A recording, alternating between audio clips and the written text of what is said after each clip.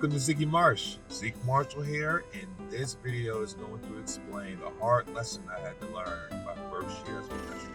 So the first place I was at was Poland.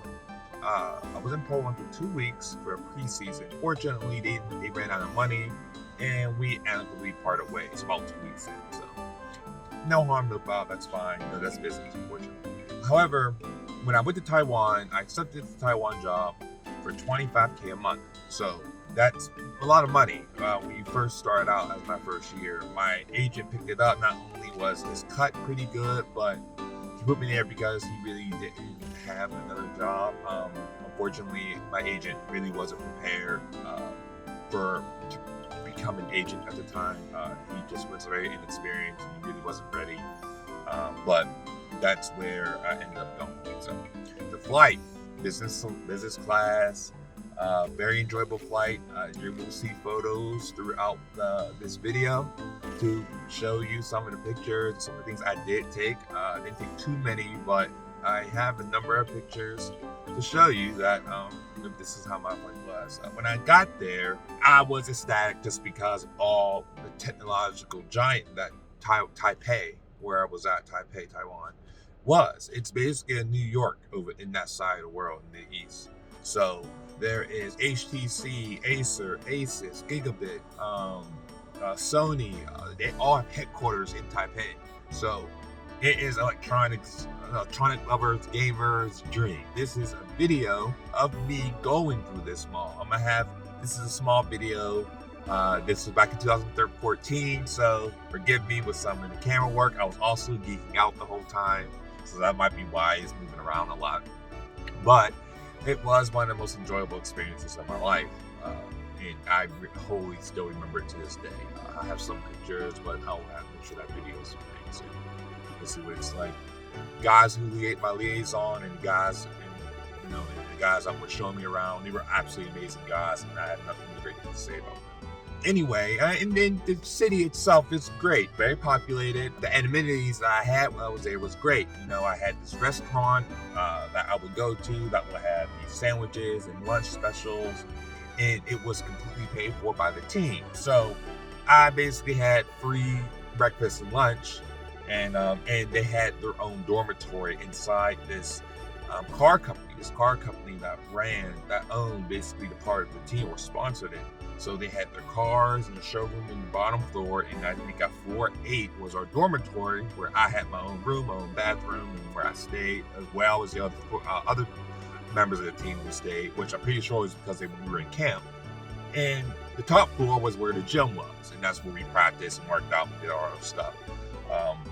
So that was the great times about it. It's an absolutely gorgeous country. Unfortunately, I couldn't speak it, so my liaison, who basically would translate for me, as great as I enjoyed it, there was some bad sides. And unfortunately, that is what I learned when it comes to business and how business works. Because when you get to that level and they're paying you that much, they expect you to produce as much as they're paying you. So one of the bad things that a lot of professional players do is they have their agents ask for more money and more money. And you have to be very careful when you're doing something like that, because the more money you ask for, the more responsibility and expectations they're going to place on you. So if I could look back on that, I would have probably taken 10 to 15K. I would have no problem taking that, and then the expectations wouldn't be as high. It wouldn't be, I'm paying him 25, he needs to get 25 points and 15 rebounds is what they basically wanted from me. And this goes from anything when it comes to as a contractor, not just professional athletes. When you're dealing with any type of contract negotiation, you have to make sure that you know what you're worth. And with that, you can produce what you say you can do. Because if you can't, then there will be a lot of businesses, not all, but a lot of businesses are going to try to sleaze their way out of their contracts by tricking you, which is what is very big when it comes to us, when it comes to professional athletes. A lot of professional athletes don't particularly read contracts all the time, and they particularly don't understand contracts all the time and understand what their expectations are when they sign these contracts. And when you don't do that and you do something wrong, they essentially have the lever to send you away whenever they feel like it. And that's where the stories of I didn't get paid for 2 months and 3 months comes in. That's where that starts happening, because then you don't understand your rights, or you don't understand what you can do forward. And that goes into a lot more than just that. So first game, I had 15.7 rebounds.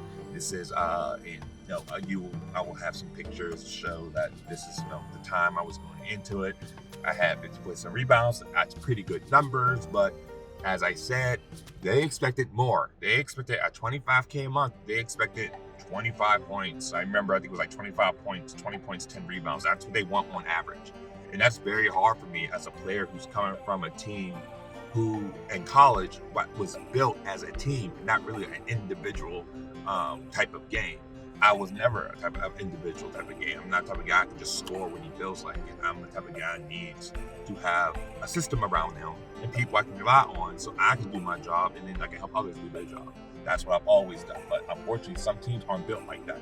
They're built, like a lot of professional athletes who hear about China, it's built I want 40 points because that sells tickets and that sells merchandise and that sells, and that's what they want. They want 40 points and they want you to just score, and that's how it is.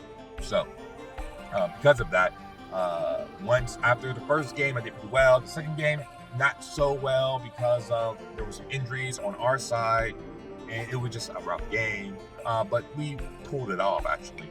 But the third game was really what ended up happening, and they were already, our coach will always point out my YouTube video that you can actually look up on, if you look up Zeke Marshall on YouTube. The first video is actually my highlight video back when I was in the draft.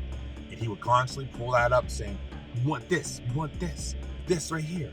And I'm going to try to explain, like, that is a highlight tape. Like, I can do those things, but it's not going to just happen every single play. But they don't see that. All they see is, we want this, we saw this, we want it. And since there's a language barrier, then it makes it even harder to try to explain this to them. So, unfortunately, that is what happened. So the third game, unfortunately, was a horrible game. We had all our veterans, some of the stars on our team, all stopped playing except me. I'm the big man who's a traditional big man. If you don't know what that is, back when I was growing up, we weren't taught to dribble the ball.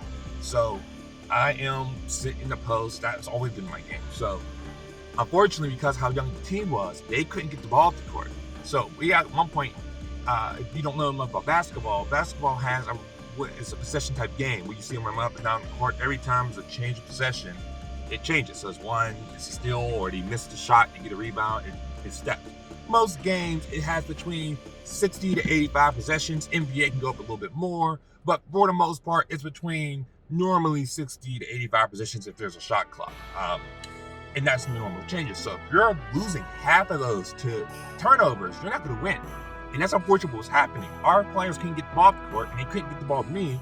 And I remember one of the interviews our coach said was, oh, well, you might be looking at other players. Like, he's saying all this in Taiwanese, and I don't understand this.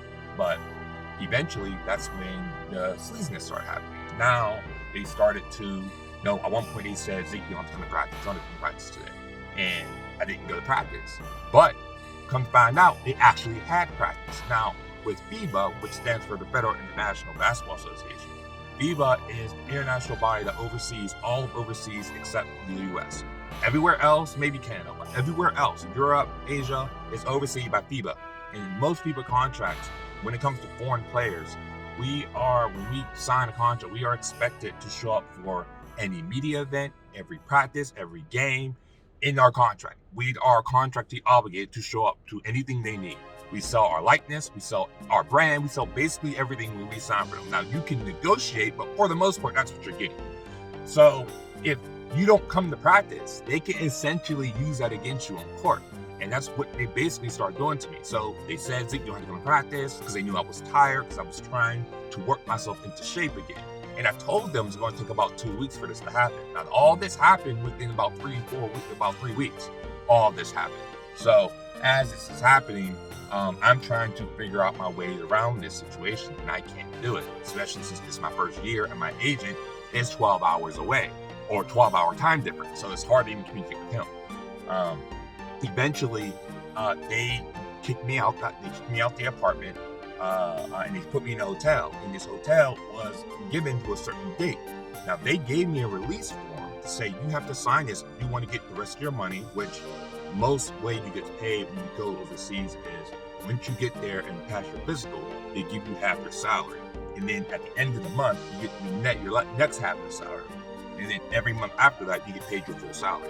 So they gave me my first half, and I have my second half come in, and they're saying, look, we're not giving this to you if you don't sign this release form. So they basically gave me half my salary and the flight. So if I don't sign this, I will have to find my own way home. Now that I think about that, I would have flown home if I'd known this. If I didn't know this. I felt like they had me stuck, and they technically did because I can't read Taiwanese. I'm basically stuck over there, and I'm basically by myself. So I have no way of being over there unless I sign. So I end up signing, and so they end up getting out of the contract by doing stuff because it was a guaranteed contract, and that was what it was. It was a guaranteed contract, and they found ways to slide your way away from it. And unfortunately, a lot of professional athletes fall trapped through this. Now, not particularly what I went through, but particularly what teams and organizations will try to do when you don't understand your contract. So the number one thing I always say, especially for professional athletes, now I think you should do it for almost any type of contract obligation you get into, and make sure you read your contract. Because if you don't understand your obligations, then you also don't understand when you might be going against that contract, and they can use that against you. So that's why I believe that if you are ever going to be a contractor, make sure that you have someone when you're signing contracts that you hire an attorney to look it over, or if not, you read it and you try to understand. If you don't understand, you go find an attorney or find someone that can clarify it for you. But if you don't do that, then you'll fall victim of basically what happened to me. They said that I told someone my salary, which in my contract said I couldn't talk about my salary, which I didn't. And they said I did. I couldn't prove it and didn't have the money to really go against them. So I ended up having to sign and had to go home. Now, regardless of how bad that was in that situation, this video, and as I say, is a story time. This video is to warn potential professionals to understand that this is what can happen if you don't understand the obligations and read your contract. Reading contracts are so important. When you're signing on that dotted line, you are giving something up, and you need to understand what you're giving up. Is it your time? Is it your brand? Is it your skills? Whatever it is, you need to understand what your obligations are, so when they try something like this, you know exactly what rights you have and they can't go against it. And that's essentially what I didn't learn until, honestly, about 2-3 years ago. I really started understanding this because teams continue to try to do this. It's very important to protect yourself and protect your brand. As you do that, you will start learning how to use it against them. And you can use it against them. I've done it a number of times where they try to do something slick under the table, and then I have evidence of that and say, I'll take this to an arbiter and get more money. And I've done I've threatened to do that to people already, and it's worked wonders. Immediately, they're giving everything I need to give. And that's how you have to understand it when you're approaching business. And I will go into more in depth in other future videos, but this is my Taiwan experience. And despite all how bad that was, I still absolutely enjoyed myself when I was there. I enjoyed fishing, even though I didn't know how to fish. The city was beautiful. I love the electronics, as you will continue to harp on, is such a tech guy and geek and whatever you want to call. I mean, I'm a geek and nerd. I'm both, because there is a difference. I think geek now is a trend, and it bothers me because video games are so important to me because of what it was able to do for me as I was young. But that's a whole nother video. So I hope you enjoyed this insight. I hope you enjoyed the pictures and the small video that I have. And next time, I will want to explain at the end is that I will be streaming on YouTube. Very soon, you're going to start seeing some gaming content when it comes to editing and making some gaming content. Hopefully, I can make it fun and exciting and not just re-uploads of streams. I don't want to do that. I really want to create stories with my streams, with making some sound effects or making some funny videos. I want to do something like that. I really think that will really freshen it up with rather than just streaming.